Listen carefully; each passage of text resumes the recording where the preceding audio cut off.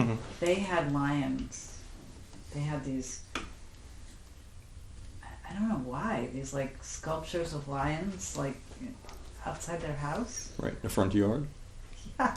On the steps going up. Yeah. Guardrails. Yeah, and not when we were uncommon. little, we used to love to play on them. Sure, of course. They probably looked enormous too. They did, and they were probably not very big at all. But I haven't, they kind of remind me of those lions.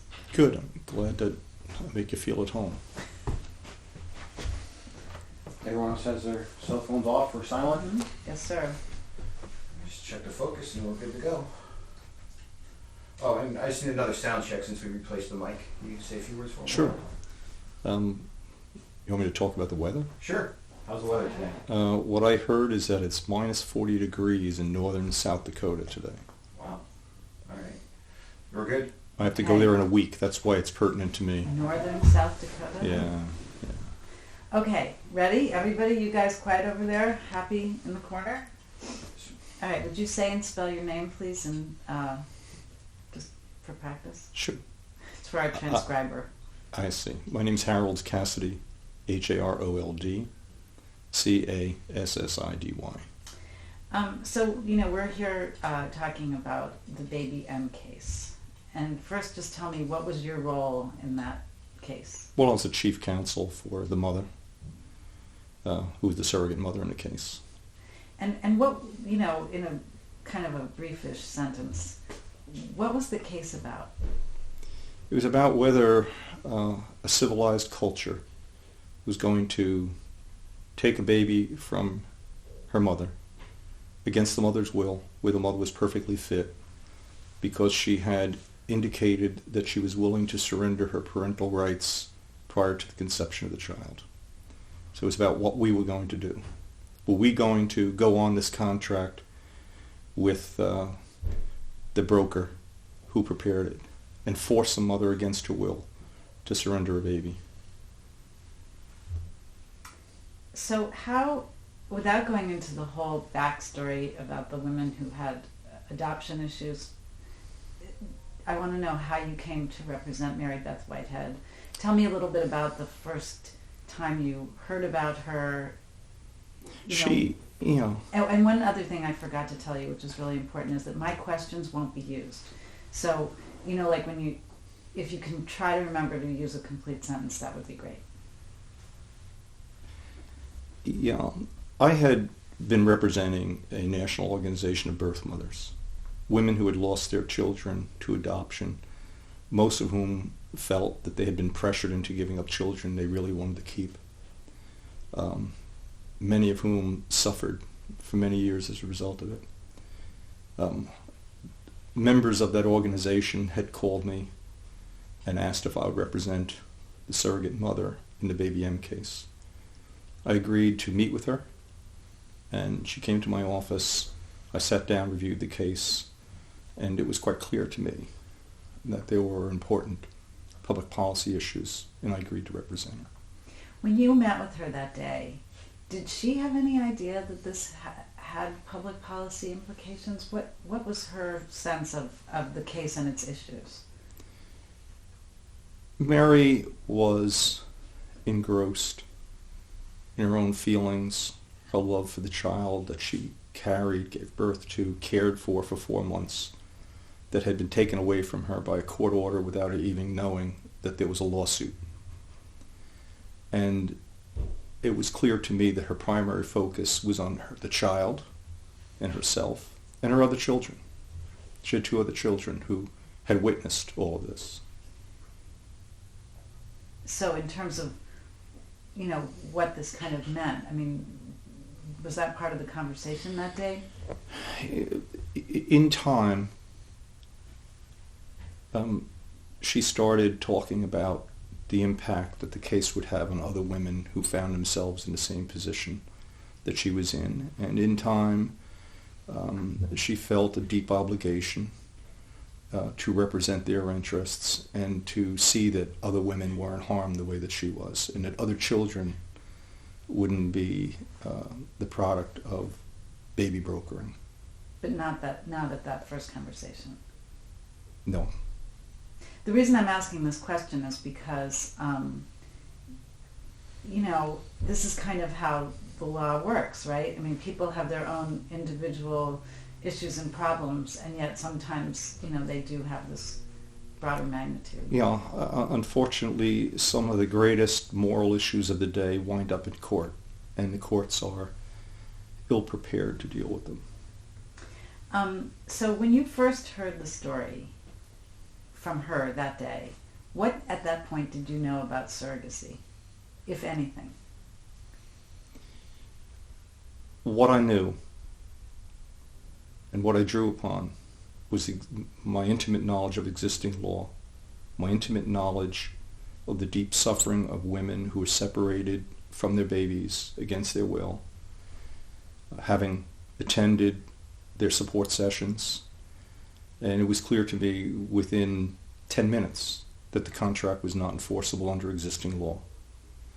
So in terms of the big issues, it was quite clear to me that she was the legal mother. She had both rights under state law and constitutional law, that her rights could not be terminated because of that piece of paper. But it had to play out. And it was so extraordinary. And it was so out of the common experience of people that it was a shocking concept at that time. Still is for many people. Well, and part of what I was getting at is many people, if not most people, had never heard of surrogacy before this case. And I wondered if you were among them. Well, why would anybody have heard of it? It's bizarre. It's extraordinary. It's unnatural. And it wasn't a practice that was widely used. In fact, the first time that an ova had been harvested was only 1983 by a doctor named Quigley. The first surrogacy arrangement was arranged by a man named Noel Keene, and the woman, Elizabeth Kane, was the surrogate who had surrendered the child, but who suffered following that and became quite vocal. That was only a year earlier. So I don't know that anybody, that surrogacy was in any way in the public consciousness in the year 1986. The case came to public consciousness because Mary Beth Whitehead went to the press. But before that happened, there was a bit of a saga. So if you don't mind kind of walking me through the chronology of what happened from the beginning. She goes to meet this Noel Keene, and kind of what happened from there. There was a surrogacy contract that called for Mary to carry the child, for Elizabeth Stern's husband to donate genetic material, sperm donor, that the contract required her to surrender the child upon birth, that her rights would be terminated, anticipated to be terminated in an adoption procedure, so that Mr. Stern's wife could be the adoptive mother of the child. When the pregnancy advanced, the way that this thing unraveled was when Mary was about 7 months pregnant, and she was showing quite magnificently. And her daughter was rubbing her abdomen one evening and told her mom that she was excited because she was hoping to have a baby sister. And that night, Mary and her husband Rick discussed for the first time what impact this would have on their other children. How could they implicate the innocent daughter in this crazy plan because they were motivated by getting money to put aside for her college education? How could she tell their daughter that they sold her baby sister so she could go to college? And that's when all of this started weighing on them. Aside from that, by that point, she had bonded with the child, had loved the child. All the physiological mechanisms, the hormones, the oxytocin, what we call, the love hormone, had already kicked in. And so it forced her to rethink the crazy thing that she did. When she gave birth, she did surrender the child for 24 hours. And she was so distraught, she did nothing but cry for 24 hours.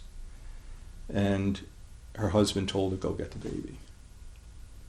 And so she did. And when she met with the Stearns, they returned the child to her, and she kept the baby. Now, unbeknownst to her, the Stearns went into court at some point, didn't notify her, didn't serve her with papers, went to a judge in camera, meaning not in open court, in secret, and asked the judge to sign an order directing her to turn the baby over to them without her having any opportunity to be heard, without her even knowing there was a lawsuit. And she first found out that there was a lawsuit when police officers showed up at her home to come to get the baby. And there was some confusion. And she did what I think any woman would do, any mother who loved their child. She handed the baby out the window to her husband, and they fled to Florida. How old was the baby at this point? Probably about 2 to 3 weeks old. And then the saga began. The trial judge who signed the order, which was, in my estimation, and I think clearly in retrospect looking at the Supreme Court's opinion in the case, in the judgment of the court, was an unconstitutional order. She had a constitutional right to a relationship with a child, and she wasn't given a hearing. And the order that the judge signed didn't even have provisions for her to see the child. So, of course, the Stearns sought her out, and when the baby was 4 months old, they found her in Florida. Investigators found her, and law enforcement went in to take the baby. And it was at a time when Mary Beth got ill and was in the hospital. When she was in the hospital and found out that her home was invaded and her baby was taken, she was desperate. Totally, completely desperate. And being a lay person, and quite frankly not being terribly sophisticated about matters dealing with the courts, she called the only people she thought that she could call, and that was the media. She called someone in the press and said, look, it's what's happened. And that's when the media got involved. So I just want to back up for 1 second. Because you said a bunch of interesting things here, so we're just going to... I hope so. So you said that she felt that her daughter would see her as having sold her sibling. No question. But when she first signed up to do this, was money the main reason why? It was, first of all, it was an abstraction. The whole concept was a complete abstraction. It had no experience in reality. They were a blue-collar family. Mary was a stay-at-home mom, raising 2 children, young children. Her husband worked for a sanitation company. They were concerned about their ability to provide an education for their children. At the same time, there is this appeal to one's sense of altruism. Help somebody. Now, of course, in that particular case, it was presented that the mom was incapable of carrying a child, which was not accurate. And so there was a twofold, if I might, method of exploitation of this particular woman.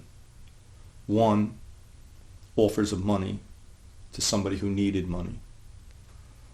And 2, a presentation of playing upon her good heart that someone was in need of help, and asking her trying to appeal to her sense of altruism. So when she got to that point that you were describing, was it like a nickel dropped? Like, oh my God, and I'd be selling my baby? This had not occurred to her that way before? What never occurred to her before was, what impact will this have on my children? She never gave any thought to that. And part of the problem with surrogacy at that time and now is that it's all about the adults. And very little thought is given to the children. The children of the surrogate, as well as the child who's born to the surrogate. She had already gone to the media before you got involved. Oh, so yeah, of that course. genie was out of the bottle. Unfortunately, yes. What was also out of the bottle was that the media onslaught was so severe that the traditional preservation of the child proceedings being in camera were pierced, because a number of the members of the media went to court and obtained an order allowing them to be in the courtroom. They were not permitted to have cameras in the courtroom, but they themselves were there to follow everything. And so... we're sort of getting ahead of ourselves for a second. I shouldn't have done that. I apologize. You needn't. So because this was, it was really new, and from a legal point of view... It was bizarre. Well, it was also legally... I guess what I wanted to get to is this notion that a court had never really... Had a court ever considered this? It was the first contested surrogacy case in United States history. The courts had never seen it. The media had never seen it. The public had never seen it. The birth mother had never experienced it. And so when she came to you that day, did you realize this right away, and that you were going to have the opportunity to be involved in really making law about an issue that was so novel, morally complex? What did you... I'm not clear on what you mean by opportunity. There was nothing about it that was an opportunity. To me, it was sad. Okay, wrong word. Because, let me follow up. The suffering of a mother who is forced to separate from her child is not only real, it's not only painful to the mother, but painful to those who have to watch it. And so what we had here was a very sad situation where the nation was going to be made to witness this pain and this suffering. There was nothing to celebrate about it.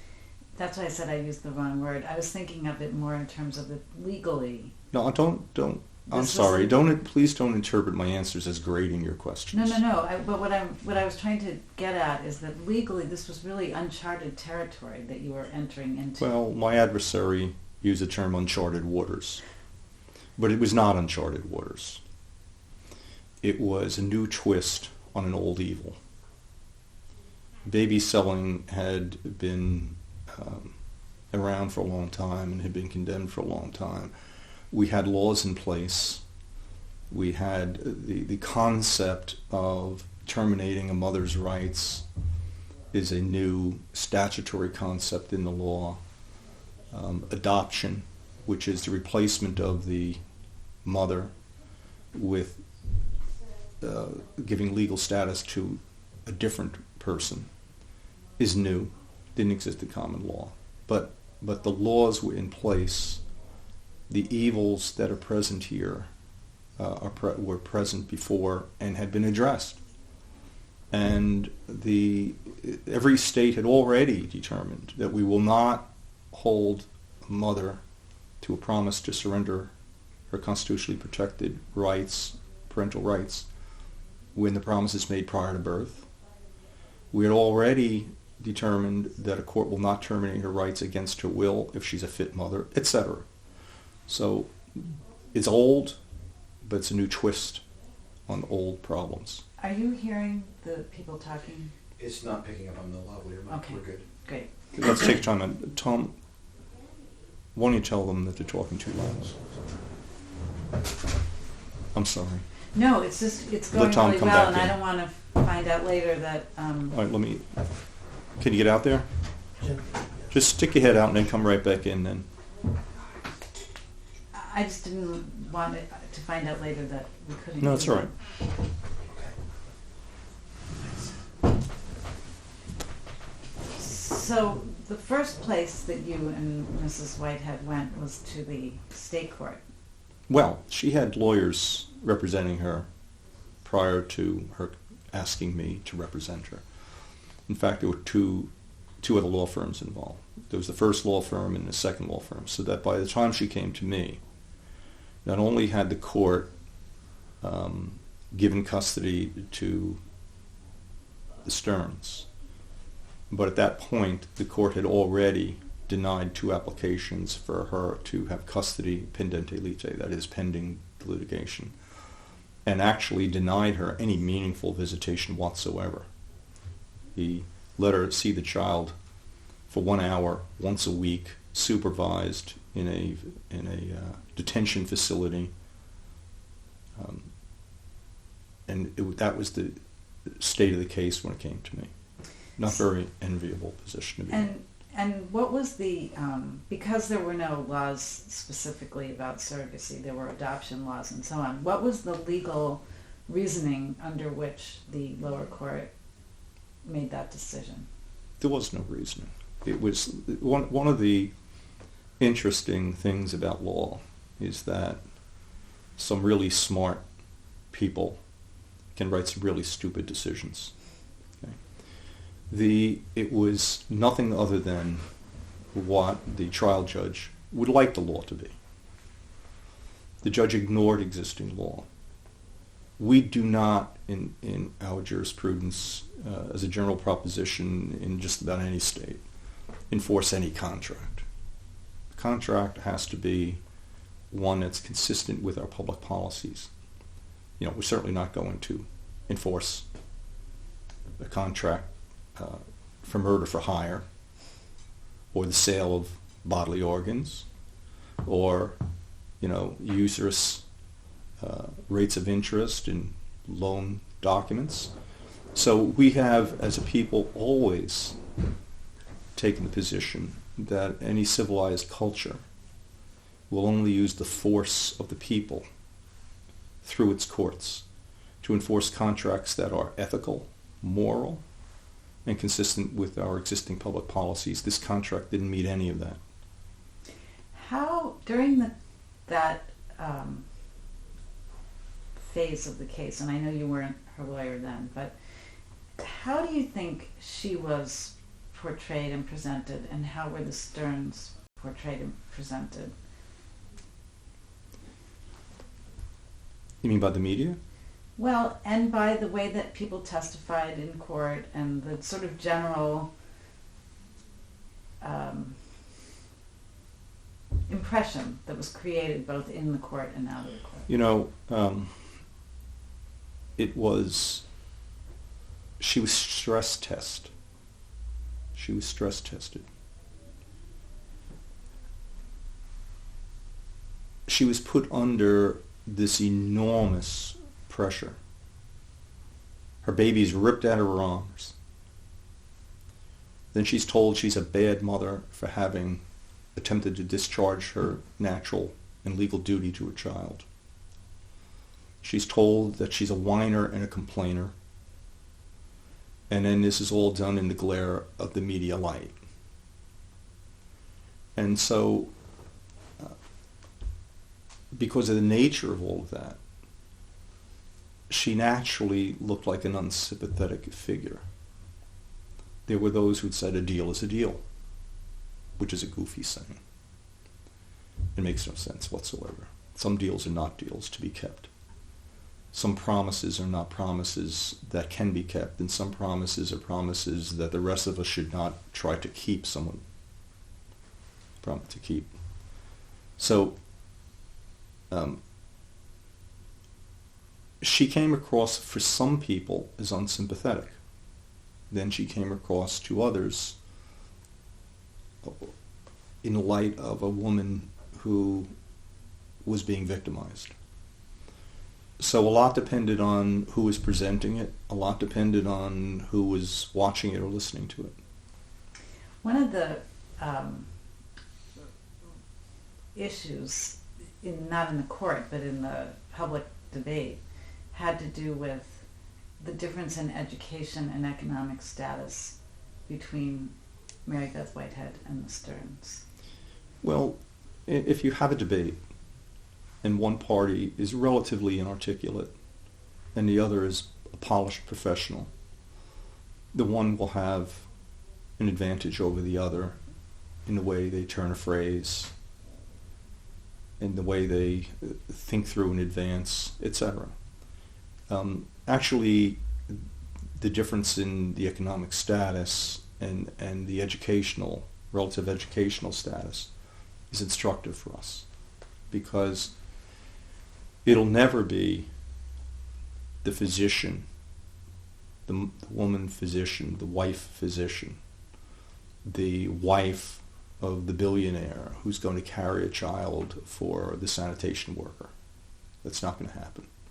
It's always going to be the other way around, and there's always going to be some element of financial exploitation. And the evil that is associated with that is something that the court talked about very, very beautiful poetic language, and I'm sure you know what I'm referring to. The way they put it was, there are, in a civilized society, some things that money cannot buy. And it ends with the language, whether that be love, labor, or life. We kind of jumped ahead a little bit. Before we get to the appeals court, which we're going to talk about, what happened, in the lower court, was the decision based on best interest of the child? Was the decision based on the contract? What did the lower court, where did that leave you legally? The lower court wanted to bifurcate the case and have two separate trials. One on the enforceability of the contract, and then a separate trial on custody. The irony of the court's approach, ultimately we resisted that, and we actually had to file an appeal that resulted in the appellate court instructing the trial judge to hold one trial. The judge enforced the contract. Now, logically, if the contract was enforceable, and therefore Mary's rights could legally be terminated, then she would have no standing to seek custody, and there would be no need to have a custody trial. But he held the custody trial as well. And so he did both. He enforced the contract, finding that she had no rights, terminated her rights by court order, entered a judgment of adoption in favor of Mr. Stern's wife, making her the legal mother, transferring legal status to Mrs. Stern, and then found that regardless of all of this, he would award the custody to her, and used, for the most part, the resulting conduct or the conduct directly resulting from his unconstitutional illegal order in the first place. It was like that's really convoluted. We got to say that again in a clearer way. So what you're saying, I think, is first that he decided the contract was... He did. He found that the contract was enforceable, thereby terminating the rights of the mother, and then awarding legal status of mother to Mrs. Stern through a judgment of adoption. Okay. Independent of that, he then went through a custody analysis and said he's going to award custody to Mr. Stern, as if the contract there didn't exist. So it was really an inconsistency. But the interesting aspect of it is that virtually every single element or fact that he relied on in awarding custody was events that resulted from the mother's child being taken from her against her will by an illegal, unconstitutional order of the judge. It was as if, and this was an analogy that I drew at the time, and I think it's perfectly valid, as if he punched her in the mouth, knocked her teeth out, and then she said she lost the beauty contest because she didn't have a pretty smile. So you get this order, and you decide to appeal. What, kind of just walk me through the chronology. There was, what happened then? Well, the day the trial judge issued his order in open court in front of the world media, okay, we took our satchel, we walked across the street to the appellate division, met with one of the judges sitting there, filed the notice of appeal, which was in our satchel, and 3 days later, or 4 days later, we filed a motion directly to the Supreme Court asking the Supreme Court to permit us to bypass the appellate division and appeal directly to the Supreme Court, an application which was granted within a day or so.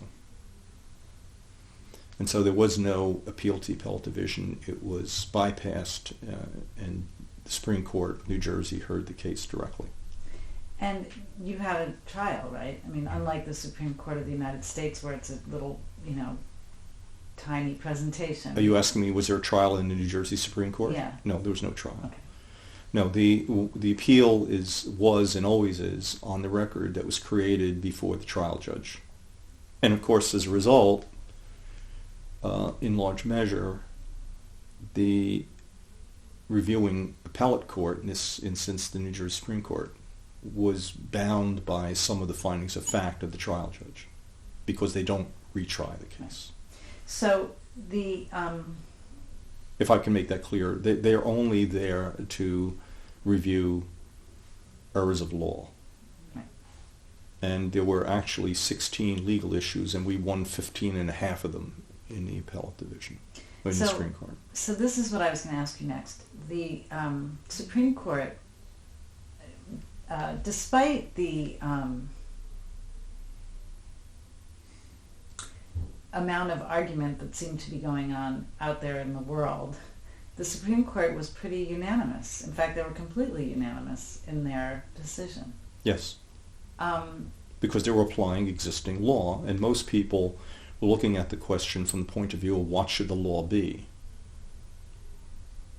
So what did they say? What was their ruling? Yeah, I mean,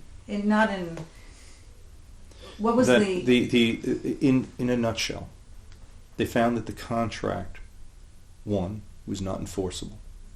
It violated all our public policies, numerous public policies, including the concept that the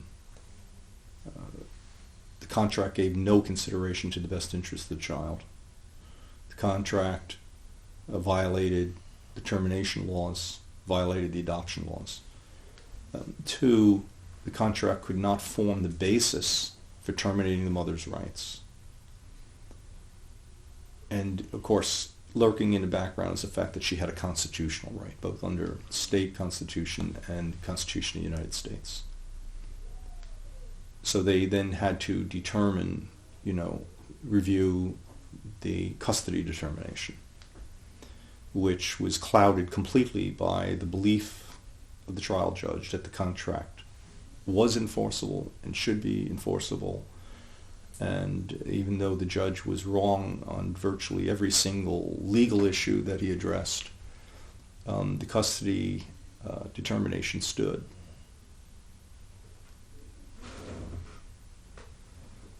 We're okay. Sorry. I want to go back to the message that the court was sending, because it really, when you read their decision, they had a message, And I'd love for you to sort of, What did you view the message as? well, that this was something that they thought was tantamount to baby selling, is the way I read it. But I'm not the one who's being interviewed, so what do you think the message that the court was trying to? Because they were the first court in the nation, the first state really to have Yes, to weigh in on this. So what were they trying? The Chief Justice wrote a very beautiful opinion, and one that was very influential and taught in virtually every law school for many, many years, and is still taught in law schools, that when it comes to the sacred relationship between a mother and a child, we don't terminate that relationship against the will of the mother unless there is a really good reason, and unless it complies with all of our carefully thought out laws that were put in place to protect children and to protect women from exploitation. There are evils associated with baby brokering. The laws against it are in place for a very good reason. The laws that deal with termination are in place for a very good reason. So tinkering around, rummaging around like a bull in a china shop, in experimenting with human children and their mothers is something that can't be taken lightly. And we're not just going to enforce a contract because it can be said that the woman supposedly voluntarily entered into it. And the court made a very powerful statement. Not only did they say it was a form of exploitation of women, but they made the point that you can't really even say that the surrender of the mother's rights was truly voluntary because of the compulsion of the contract, the force or threat of lawsuits, the uneven nature of the financial resources of the so-called intended parents suing a woman who entered into the agreement in the first place because she didn't have any money. That all of that counsels against any quick thought that just because a promise was made, the promise must be kept. What was the impact of that decision, that court decision, on the people involved in the case? Did that mean that Mary Beth Whitehead suddenly got custody of the baby? What happened? No, we know that wasn't the case. I know, but we're telling a narrative, so... The Stearns ultimately had primary custody, and the natural mom, Mary, had visitation, similar to the kinds of arrangements that are the result of a divorce action that includes a custody dispute. So she didn't really become the primary custodial parent? No, even though she was the mother of the child who had visitation rights of a child who lived with primarily her father. And what can you tell me about why the court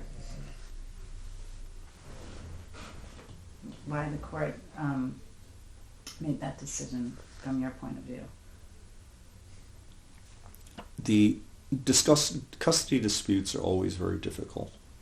On a human level, they're very heart-wrenching. The courts are called upon to make decisions that are almost divine in nature. They're asked to predict what's going to make the child better off, and they take into consideration various things. The court determined that the child would be best placed in one home as opposed to the other. It's very difficult to make that determination. The point we made, which I think was lost in all of this, was that the award of custody to the father in such an instance is the equivalent of a de facto enforcement of the contract. Not completely, because the mother's rights were not terminated. She did get to see her child, She did get to maintain some relationship with the child.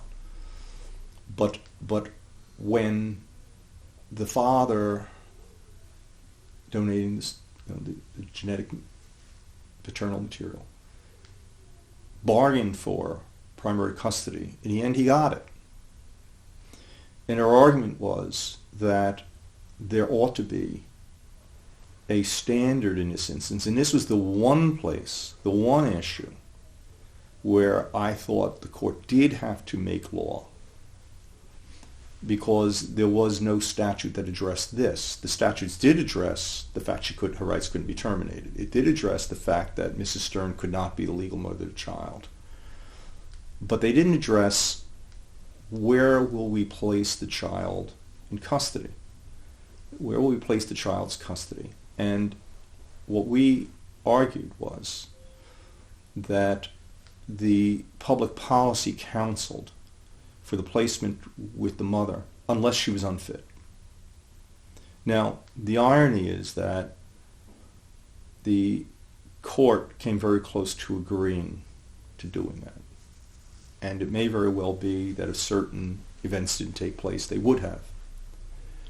What they did do is they said, henceforth, from this time forward, if there is a dispute of any nature following birth of the child will be kept with the mother. That custody during the pendency of the litigation will be placed with the mother, and that no court can disturb that custody unless she's so unfit and be so harmful to the child by the quality of proof, this is their words, of such a high nature that it is unlikely for the application to take the baby from her to succeed. So they made as powerful a statement as they could without this one mother benefiting from it. So she went through this whole long process, which starting from the birth of the baby till this decision was around a year. Well, no. The child was born on March 27, 1986, and the opinion of the New Jersey Supreme Court was February 2, 1988. So almost 2 years. Yes, but then there was a procedure following the Supreme Court decision, so it wasn't finally determined for about 2 years and 3 months. Okay, so she went through this really lengthy process. It was awful. It was heartrending. It was painful. And all of it played out in the glare of the media lights. But what I was going to ask is, it's almost like she won the battle but didn't win the war. No. She won a war, but she had deep battle scars, and she had losses. She did preserve her relationship with her child. She did preserve her rights, and that's what she set out to do. She did not get full custody, but she also won a battle that preserved the rights of other women who'd be placed in their position, which influenced law around the world. So let's talk about the media. Must we? We must.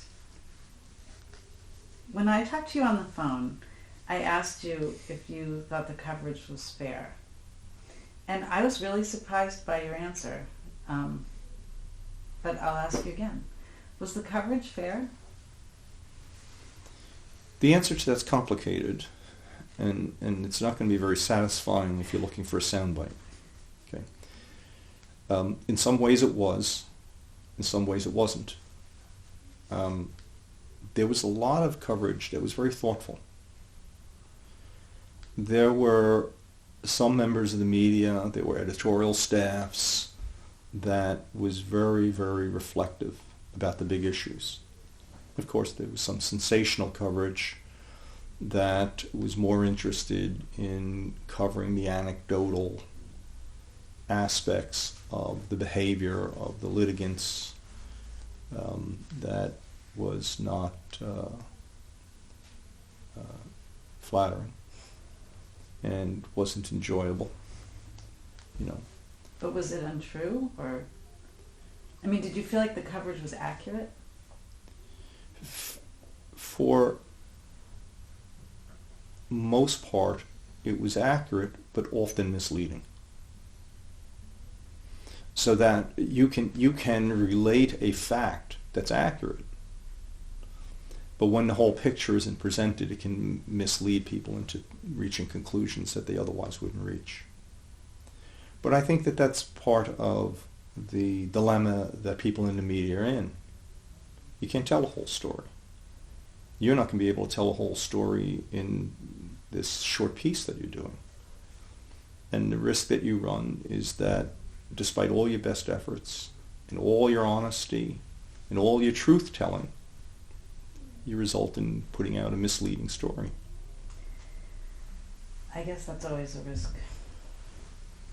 But what I think was an exquisite dilemma at that time is that this was, as you said before, really not something people had ever conceived of. They had not thought of it. And so... Why would they? So, no, but from a point of view of the media, you can understand why there would be great interest. And,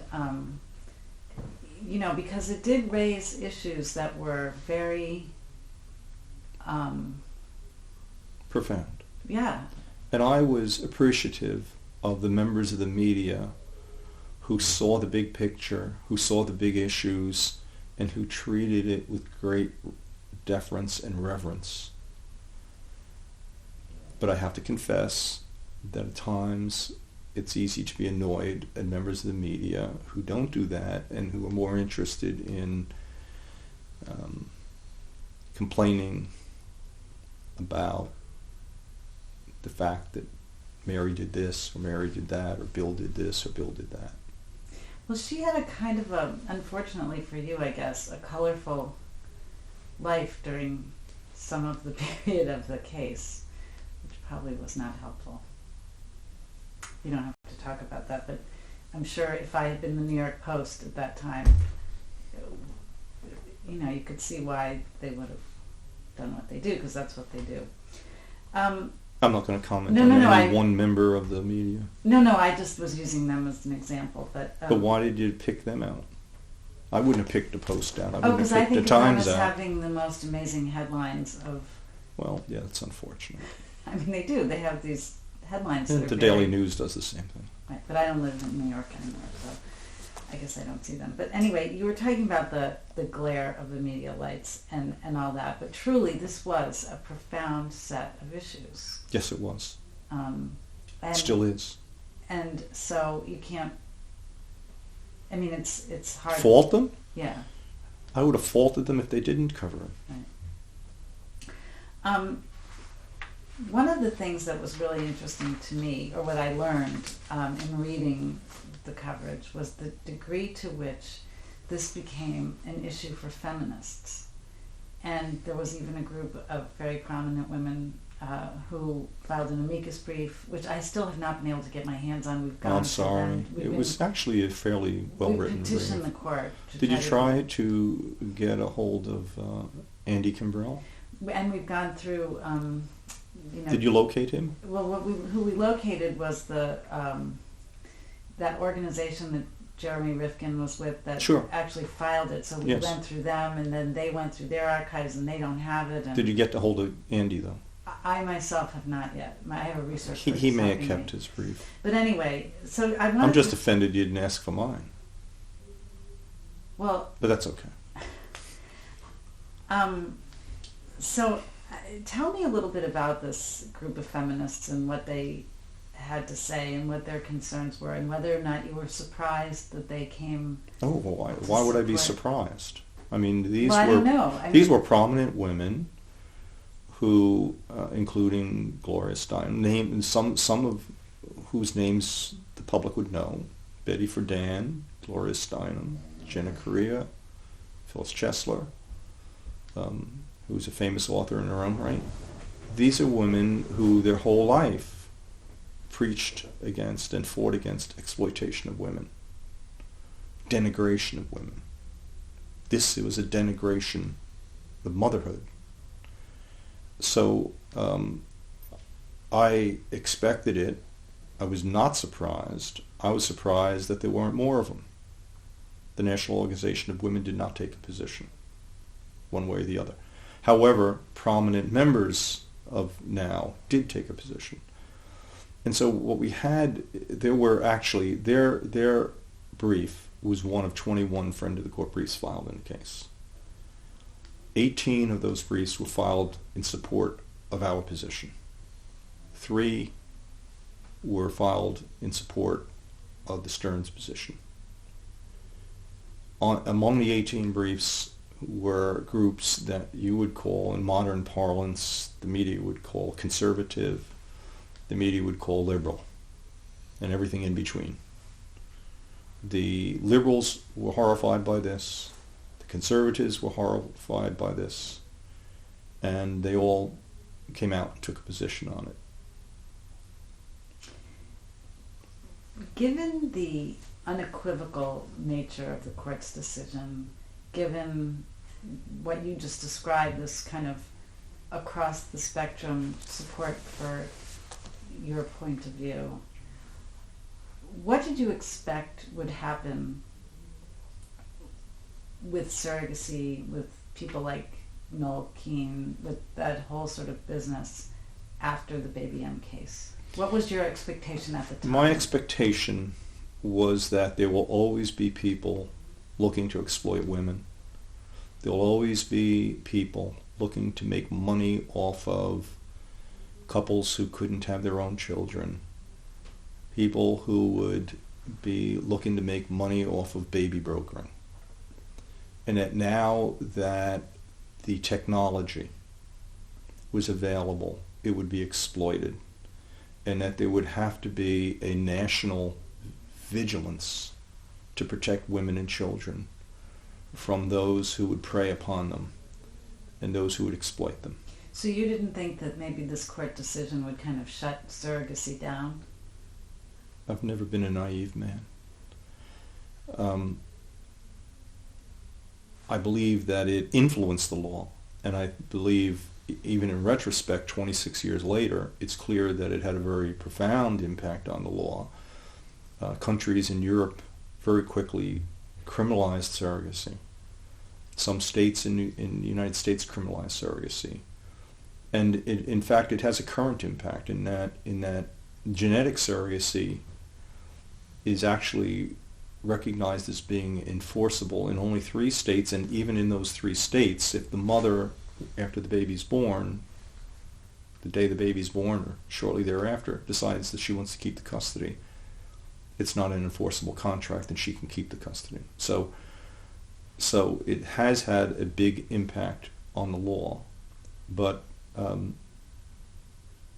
what has happened, if you want to talk about that, Well, I don't know where you're going, so let's wait a minute. I guess because I want to stick with right in the Sure. immediate aftermath. So there were some states that took some action Yes. pretty quickly after. Yes. So what? Tell me a little bit about what happened in the immediate aftermath.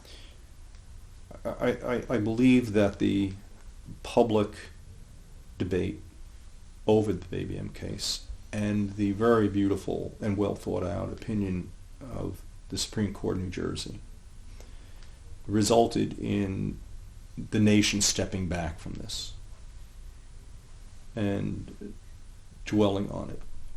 I think that it hurt the baby brokers for a while, the Bill Handels and the Noel Keanes.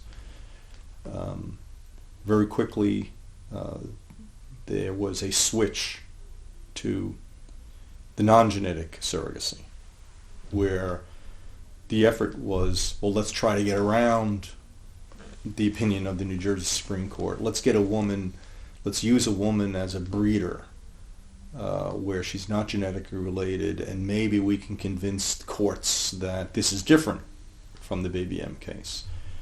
And of course, the first case that came along was the Calvert versus Johnson case that was in California, and the decision there was like 92, 93.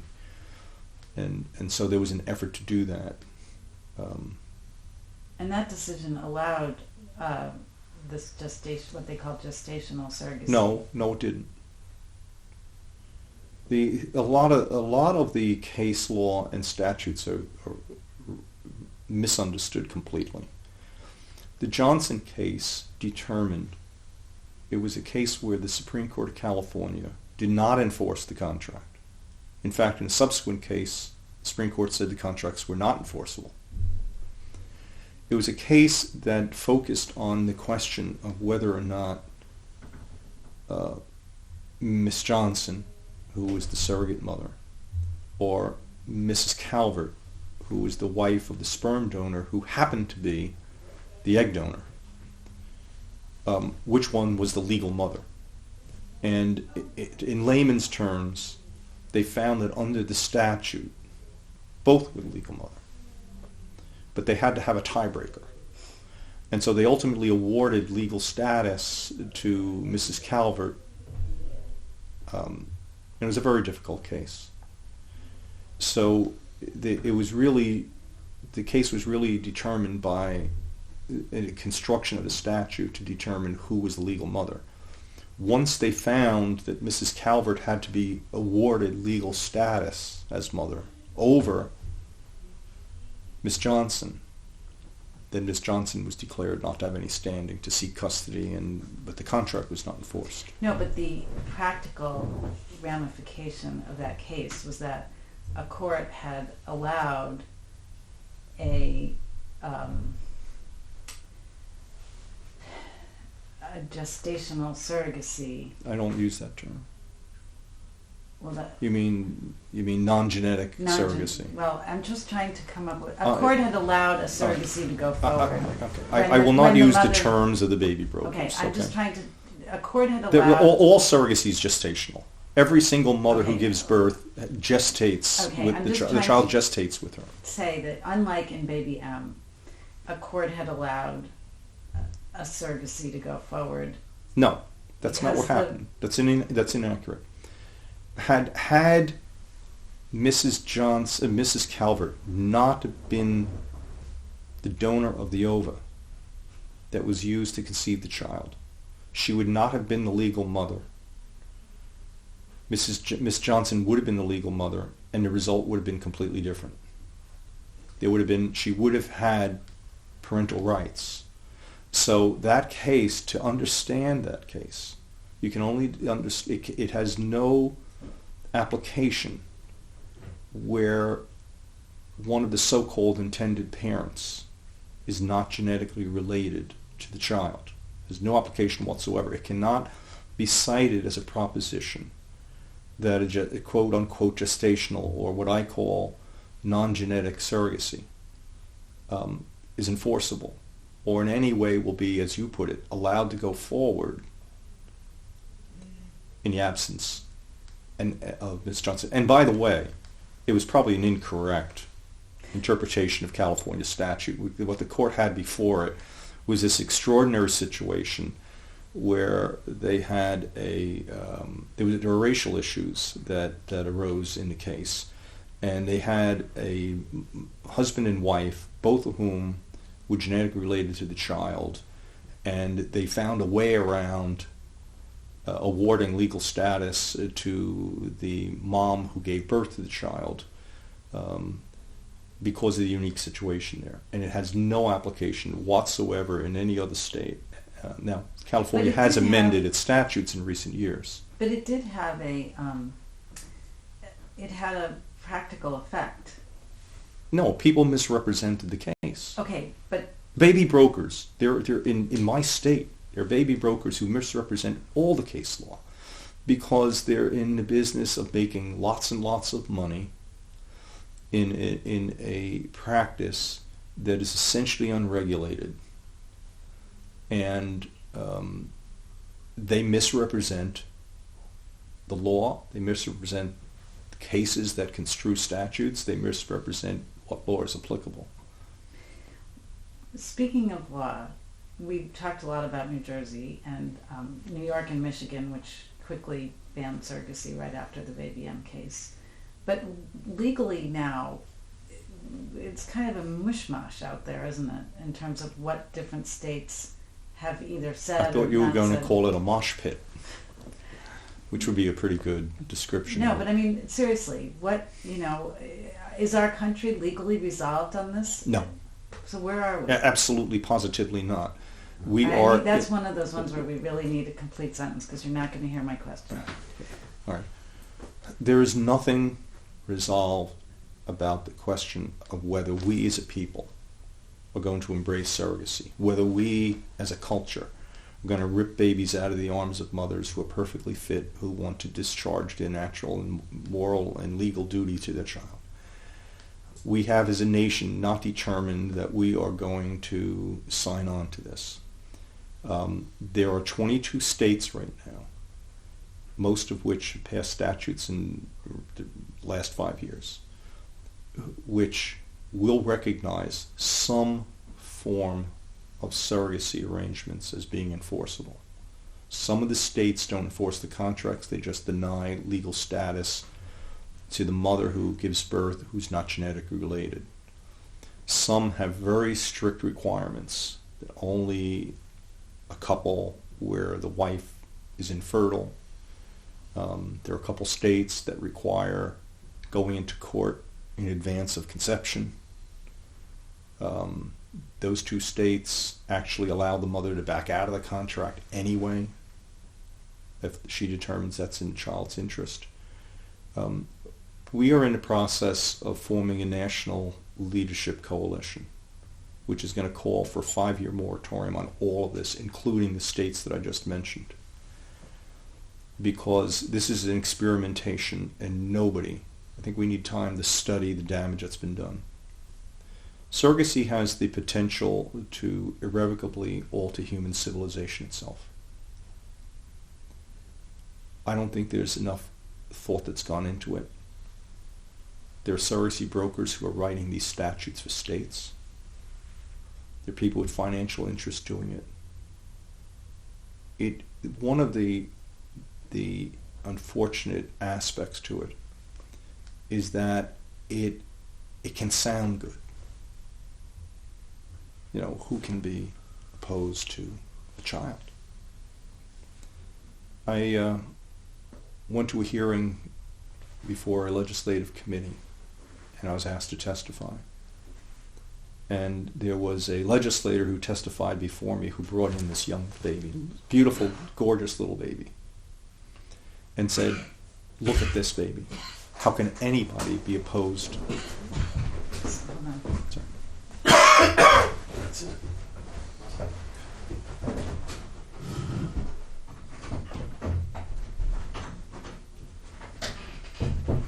If you could pick up. So I once was asked to testify before a state legislature, a committee of the legislature, and there was a legislator before me who came in to testify and had sitting on his lap this gorgeous little baby.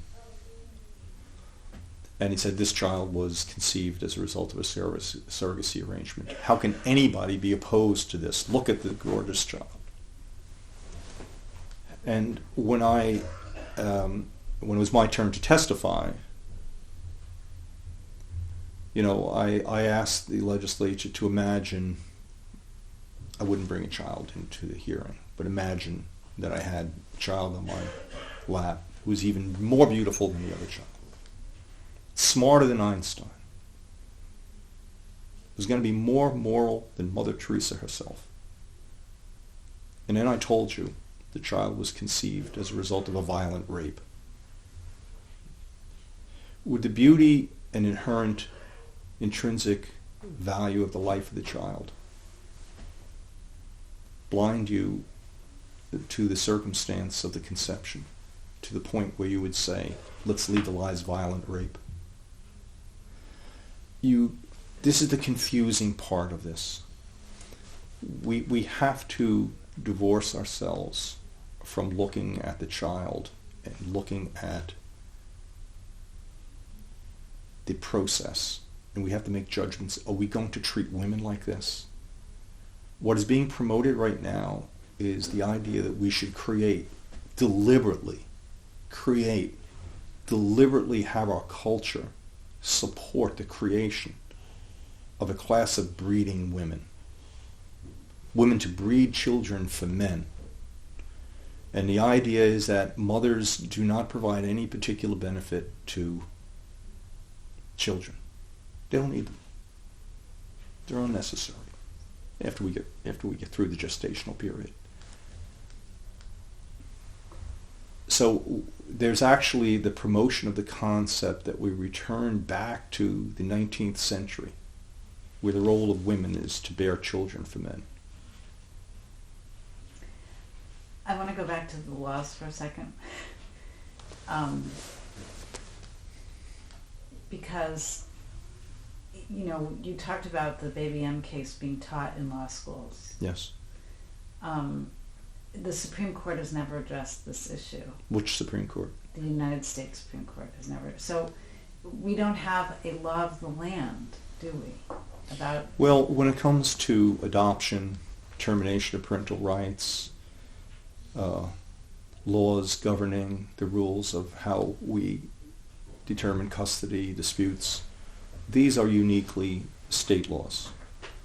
There are no laws of that type on a federal level. The only way that the parental right issues come up, they come up in the context of the 14th Amendment liberty interest that a mother has in her relationship with a child, or a father has.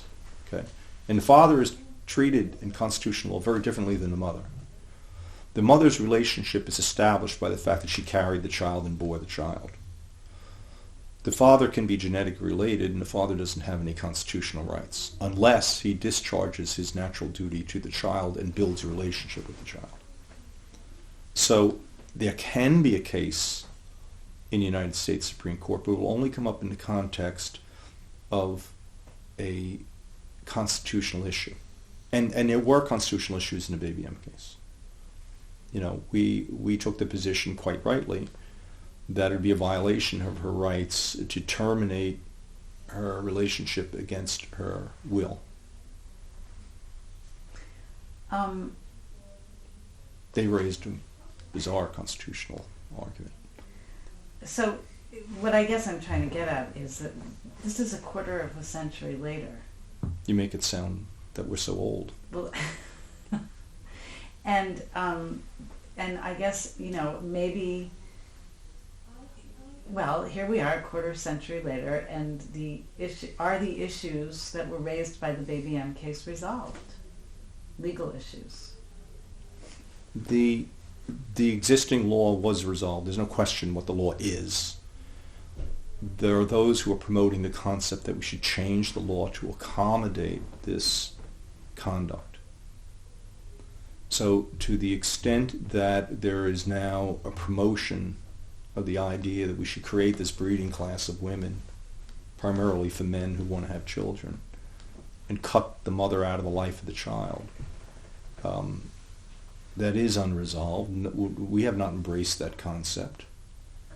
And the laws that have been put in place in some states that are having the practical effect of advancing that idea were never thought through well, were never properly debated. The only state that I know of that did a thorough investigation of the issue was New Jersey. Following the Baby M case, the New Jersey Bioethics Commission studied the issue for 4 years. They held hearings, they did research, they examined the whole issue, and the question was, they were determining what recommendations would they make to the legislature, the Supreme Court, the governor of the state of New Jersey.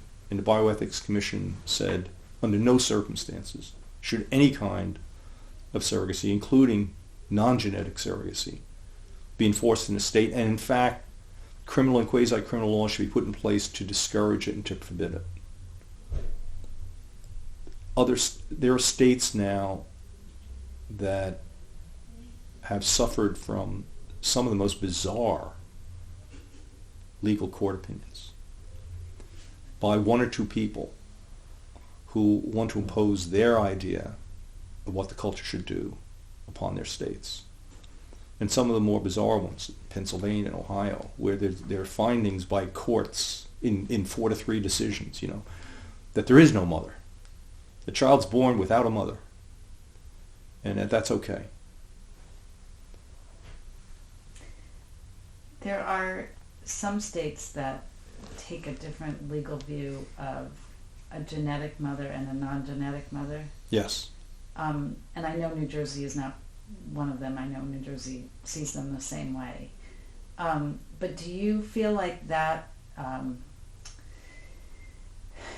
what's the word I want to use?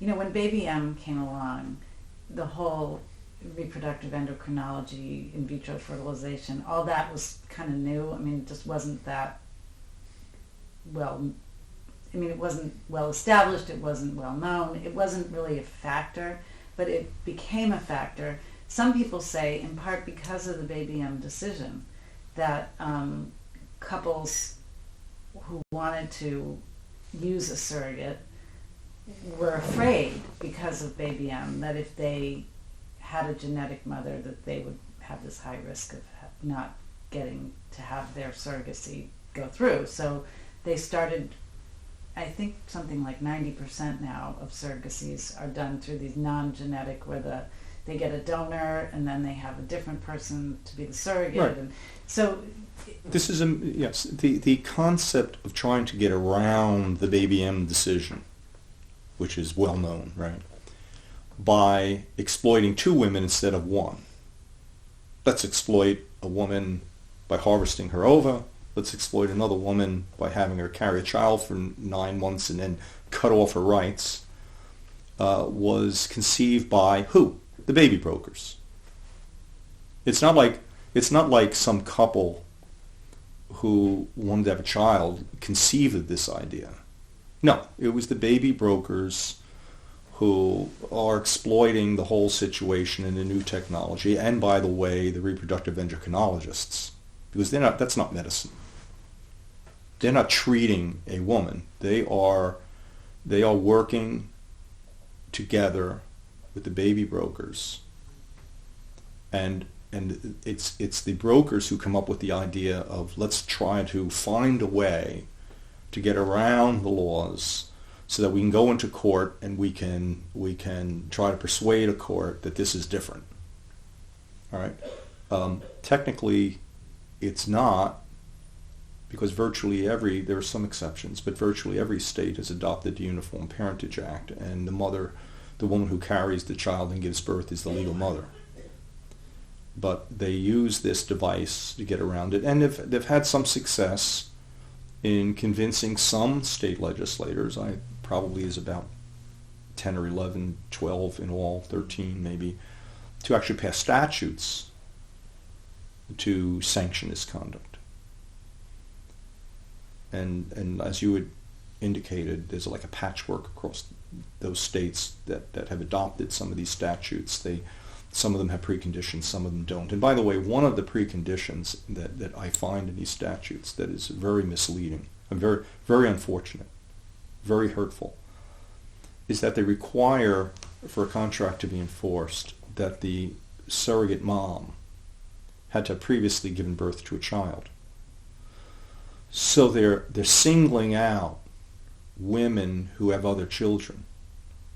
Now, the reason that the statutes are like that is the baby brokers who are promoting the bills have this theory that if a woman went through a pregnancy and childbirth, she would be more likely to understand the pain of separation, and so she could be predicted as being a mother who would surrender the child, and the whole purpose of the contract is to snatch the baby, right? So their theory is it's better for the prospective adoptive parent to use a woman who has other children because they think it's more likely that she'll surrender the child, without any regard for the impact of the children. What effect does this have on children to watch the mother carry a child and give the baby away or sell the baby, however it's perceived by the child? What are we doing about looking into that? And this is one of the reasons why we think there should be a moratorium on all of this, and we should now study the damage that we've already done. So we have to stop you for a second. I just want to change the cards Yeah, and really it's quick. getting late, and so Okay. I just have actually 2 more questions. And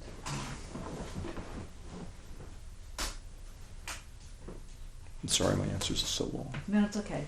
Yeah, I know you're not going to be able to use them, so it's kind of a Don't forget that idle we are practice. informed by everything you say, even if it doesn't appear. Well, I mean, that is important.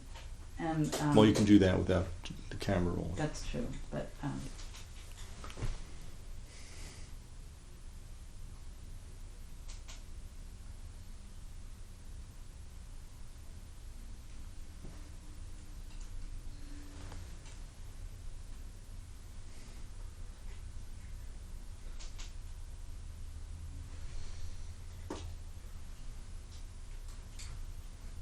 Okay, rolling.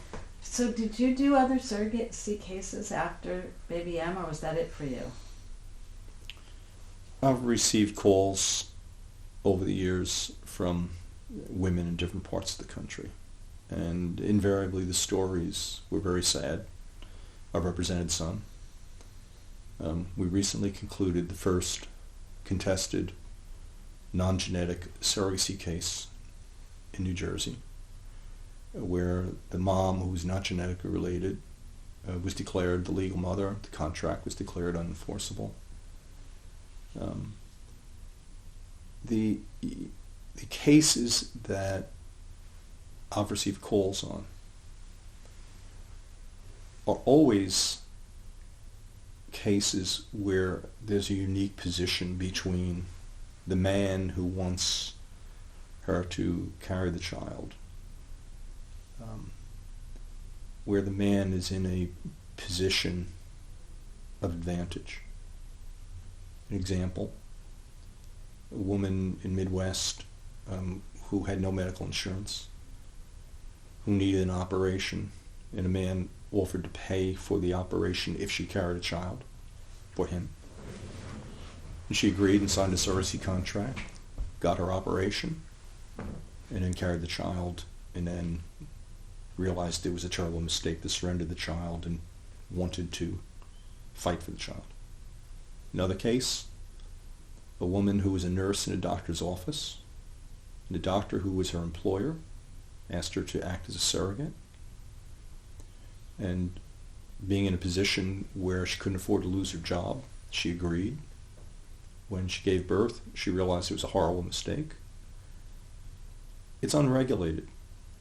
Even where it's regulated, it's very, very, very poorly regulated, and some of the regulation is misguided, such as the requirement that the woman has to have had other children without any regard for the harm to the other children. But the point is this, the issues legally, I mean, this has continued to be part of your practice, Well, and it hasn't gone away. Well, for many years it wasn't, in the sense that I couldn't devote my time to it. What I had always hoped is that others would pick up the mantle and run with it. And now that it's clear that that hasn't happened, I find myself in a position where I have to involve myself in creating a leadership coalition to start addressing it. What happened here? Excuse me, sorry. What happened here is that all the money is on the other side of the issue. The brokers are making huge amounts of money. There's a broker in this state, my state, that's making literally millions of dollars off of this. The doctors who are unregulated, who will do implant embryos in a woman 44 years old, deliberately subject her to high-risk pregnancy. Excuse me. Sorry, Keith. Okay. Deliberately subject her to a high-risk pregnancy where she's carrying twins or triplets. And in one of our cases, the mom actually, at the age of 44, carrying twins, suffered from a severe preeclampsia, Eek. seized, fell into a coma, had to be rushed to a hospital. Emergency C-section was performed, and she was within minutes of death, but the doctors were able to save her and her two daughters. what would prompt a physician? Okay, we're going now beyond where our story could ever go, just in terms of time. So Okay, we can end it now. yeah, It's all right. I just have one more question, and that is, what can you tell me about how this story turned out for Mary Beth Whitehead and her relationship with her daughter? I can't. Okay. I don't know. Within, after the year that I represented her, I was not in touch with her, and I don't know what happened there. Okay. All right. Thank you. That was really long. I'm sorry there were so many Okay. questions. Well, I just need we 10 need more to stay seconds for room still tone. for what. Yeah. Yeah. Well, the problem is I talk too much. Okay. Now we have to both be quiet till he tells us. Just about 10 seconds.